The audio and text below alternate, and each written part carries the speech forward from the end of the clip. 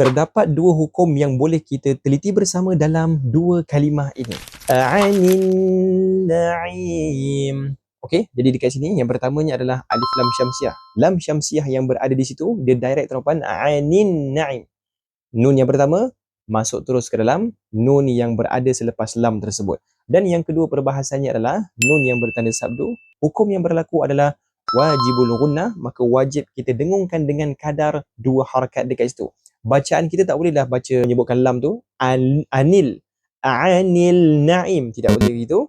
Kena masukkan direct ke dalam nun dengan sebutan anin na'im. Cantik dia punya sebutan dengan nun yang bersabdu itu didengungkan dengan kadar 2 harakat. 32. Jangan lupa tuan-puan, kita ada hadirkan dua perkara live khas untuk anda. Yang pertama adalah live tadarus Al-Quran pada jam pukul 7 pagi sehingga pukul 9, dan yang kedua kelas doa dan Ramadan pada pukul 2.30 dan sampai pukul 4. Jemput hadir bersama untuk memeriahkan kelas kita.